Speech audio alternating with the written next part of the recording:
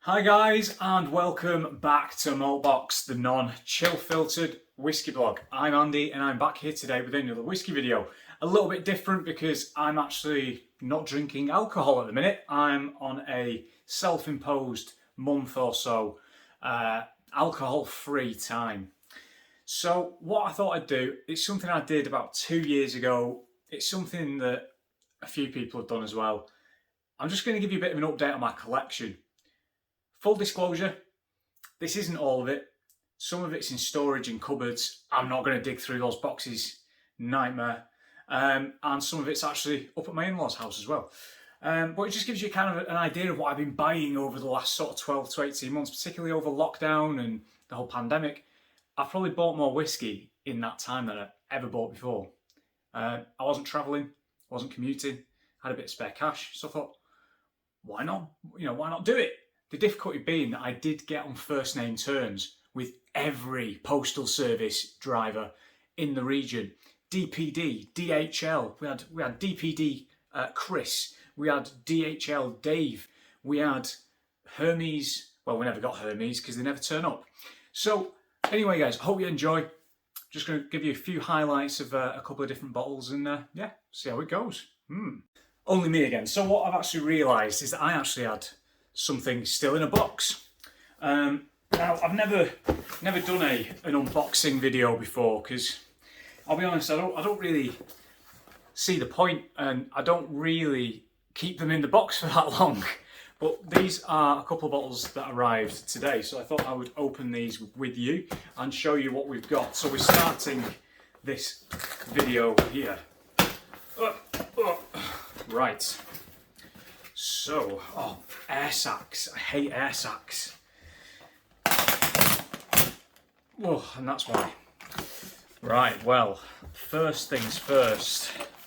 We're starting off in Ireland. And we've got this. It's blue, and it's from Ireland. It's Dingle. Not what you thought. Yeah, so the Dingle single malt. Now, Graham from ex-Glenmurray infamy now heads up Dingle. He's been there a couple of years. This will be a mix, probably what in spirit that I don't think he made actually. It was probably some of his inherited stock. But ultimately a nice, one of the few Irish distilleries that make their own product as things stand, rather than source it from other distilleries.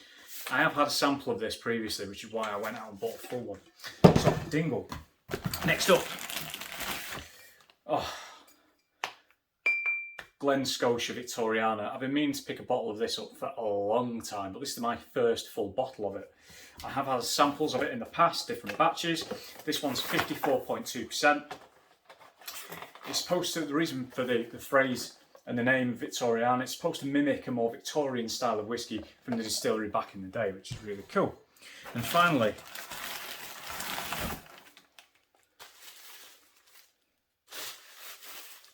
toilet roll.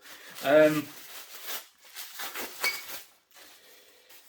Kilkerran 12 in its new bottle, which matches the Springbank bottles and the other Kilkerran releases as well. Historically, Kilkerran 12 has been in one of the sort of standard bottles, such as this. And here we have the latest batch of the Kilkerran 12-year-old, which unfortunately is becoming just as rare to pick up as a Springbank 18. Even the Springbank 10-year-old is an absolute nightmare to get hold of nowadays, which is a real shame. We've also got a couple of bottles here that I picked up from Whiskey Broker recently. Hopefully I'll get around to reviewing a couple of these, but ultimately we've got a Deanston, we've got a Tia Ninnick, an 8-year-old Dalmore in a sherry cask, and an 8-year-old Balmenac, one of the few distilleries in Scotland still utilise worm tubs, which is really, really cool. So, let's crack on.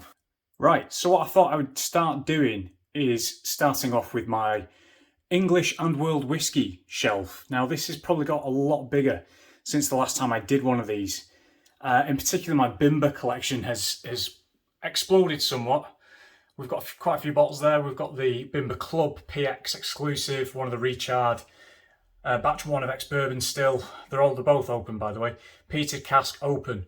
Virgin cask, not open that yet. I got access to that by opening some of the previous releases. The Bimber for the Southport Whisky Festival last year, the latest Bimber Selfridges release. Cotswolds. Visited the distillery in July of this year. Lovely people, lovely whiskey, including this, which is the distillery exclusive PX, 5 years old, I believe. This is a single cask from the English Whisky Distillery from St George's in Norfolk. That is actually bottled for the Whisky Circus, which is a group that I am privileged and pained to be a member of.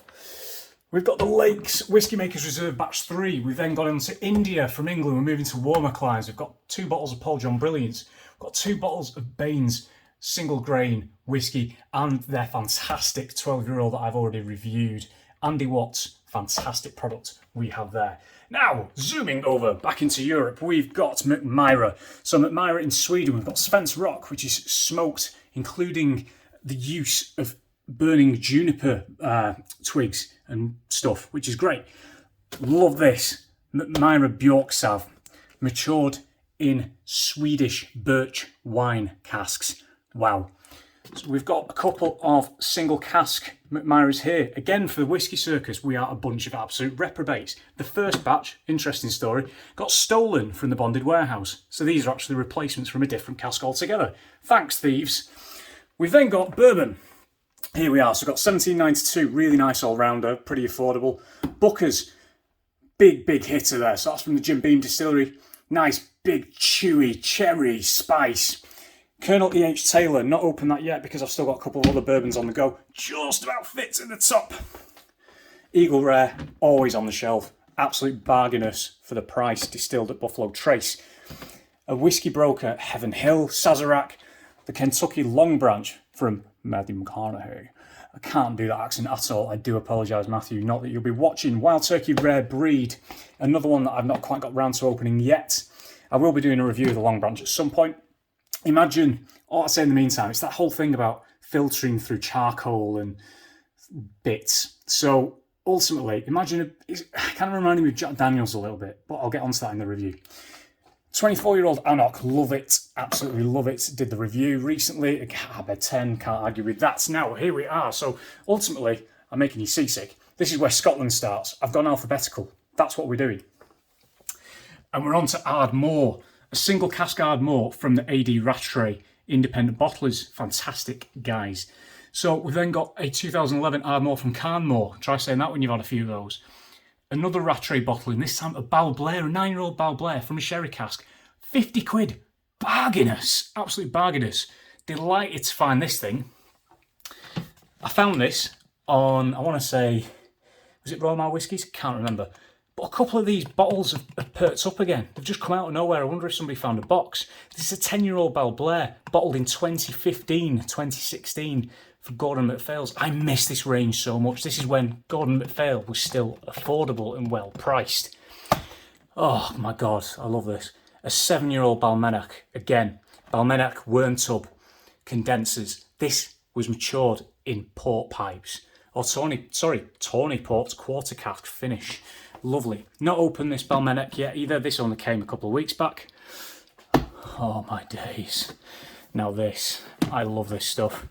I've done a review of this on the website rather than on the channel. 28-year-old Bunnahabhain. Oh, to die for. So there we go. Absolutely delightful. Check it out on maltboxwhiskey.com. There is a review of that. I absolutely needed to change my pants after I tried that. James Eady, 26-year-old Cambus. Very dark indeed. Only one-handed, can't get it out. A couple of Carnmore Colelas. Love Colelas. Chaos. Now, Chaos is from North Star Spirits. I've already reviewed one of their Chaos bottlings. It is a youngish vatting of sherried Colela. Oh, good. Clanleash 14. Can't beat it for the price. Dalhuin, 16-year-old. Still getting there. I've not really had too much of it at the minute. It's a style of whiskey that I'm not massively used to because Dalhuin is quite sulphurous. That isn't eggy though. I can cope with that. And we're on to the Bruichladdich shelf. As you all know, a bit of a Bruichladdich fan. We've also got a Rogue, my own blend at the back, and a Brunstein, and a little spider. So Brunstein is a Danish distillery that was matured, I believe, in Oloroso. And again, would you look at that, another Whisky Circus one. Oh man, look at that colour. Oh, lovely stuff. I'm talking so fast, I feel like I'm at an auction. Deanston. So Deanston, one of my favourite distilleries. Anybody that knows me, if you don't know me and you just follow me on Twitter, you probably think I'm just mental, because all I do is just big up Deanston. Absolutely love it. Virgin Oak, a 12-year-old, the 15 organic. 18-year-old, one of the best value for money 18-year-olds on the market. The 2006 Fino cask finish, only opened that recently. Need to give it a bit of time, but what I've tasted so far, very promising. The 2008 red wine Bordeaux, fit. And the 2008 brandy finish, again, not got round to that yet. 15-year-old Sauternes, again, not got round to it. I have already reviewed that, but the video corrupted, so that went well. Feta Cairn. Now, I recently did the review of this. It didn't get too many views, but I really like it. It was a pleasant surprise. Very pleasant surprise indeed. And we're on to the Glendronach now. So we've got an 8-year-old heel and a couple of bottles of the Revival. There's another sneaky one back there. I think you might be able to see through the gap. Oh, we've actually got the Portwood and a 15 back there. 21, Parliament. That's getting open at Christmas. We've got a couple of Carmore Glen Elgins here as well in different brandings. And if we make you seasick again, let's zip over. So we're continuing here into the Glens now. So we've got Glenfarclas 13 and a 20-year-old from the Southport Whisky Club guys. What's that hiding behind there? We've got a couple of Kilkerran heavily peated in various volumes. I think that's 1, 2 and 3. 2 of them are open, one of them is not yet. Kilkerran 16, again, I really need to open that and review it for you guys. So that is on my agenda. Reviewed the Quinta Ruban from Glenmorangie very recently. We've got a single cask Glenmurray Masala finish, I believe. And again, would you look at that? It's bottled for the Whisky Circus. Hence the label being upside down. Aren't we random? We've got the 18-year-old Elgin Heritage I recently reviewed. Fantastic dram. Again, the Tokai finish from Warehouse One releases. Lovely stuff. And here is the Glen Scotia. Not reviewed that yet, but I will be doing the double cast at entry level. Bunny fingers, entry level. Whiskey, the Glen Scotia 15. Mwah.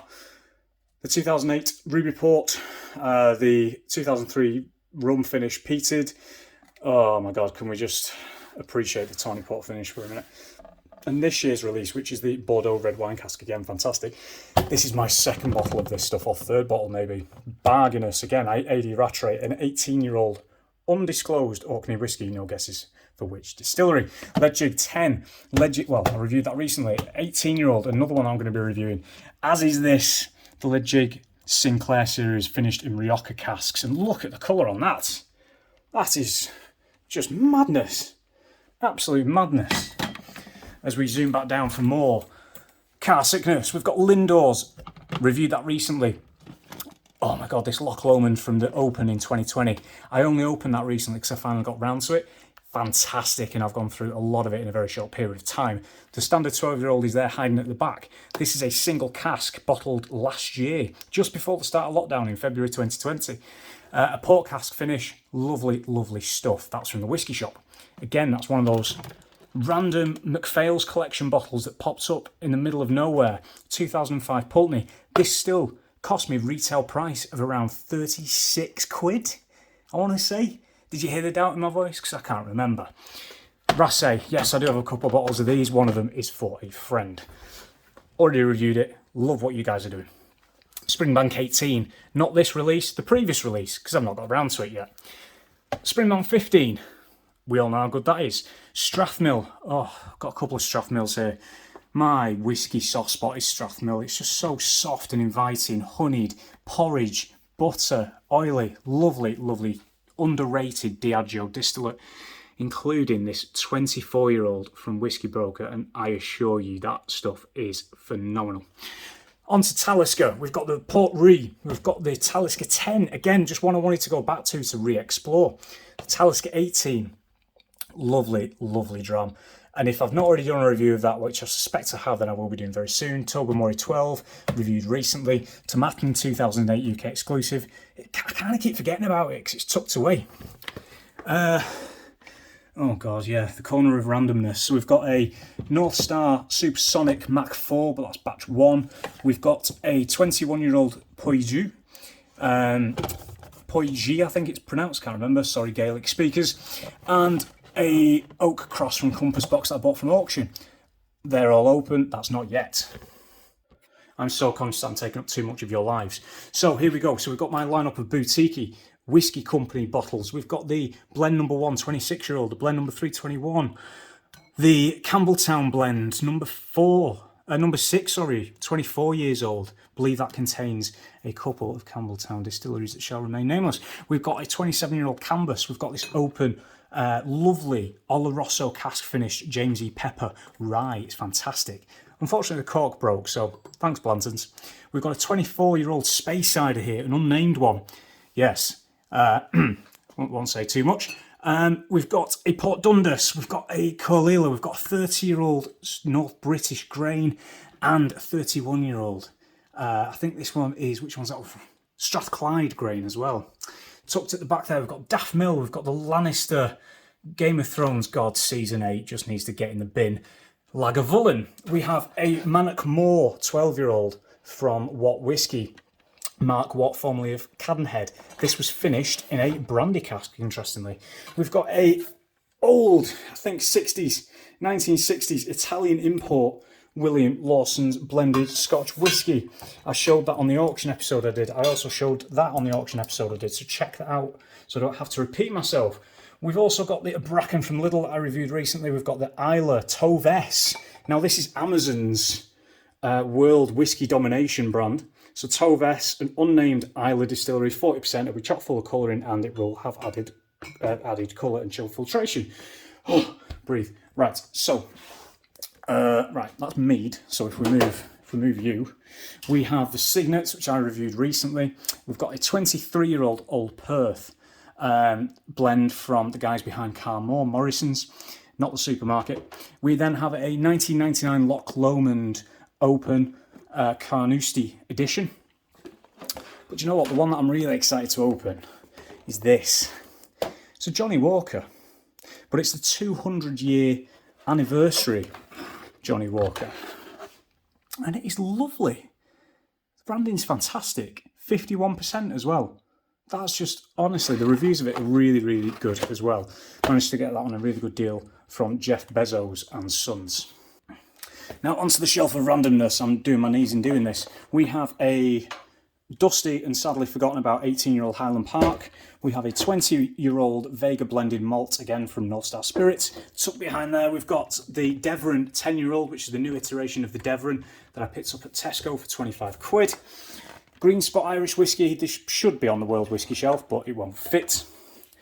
We then have a Sherried Lechig from the All Particular range from Douglas Lang. We have a 28-year-old Glen Grant from Whisky Broker. And my last bottle of the Kinninvie blended Scotch whisky. Now that stuff is really, really underrated.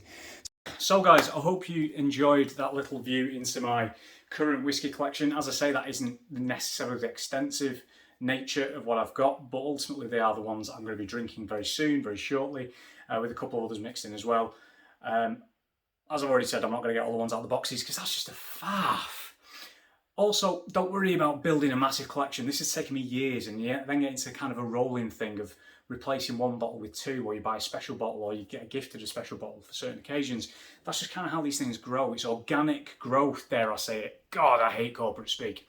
So, anyway guys, thanks for watching. If you like what you've seen today, and you've managed to actually not be sick into a paper bag with all the movement, please feel free to subscribe on that little button somewhere. Check out my social media, Twitter at Maltbox, Instagram at Maltboxwhisky. I've got maltboxwhisky.com. You got that. Thanks for watching.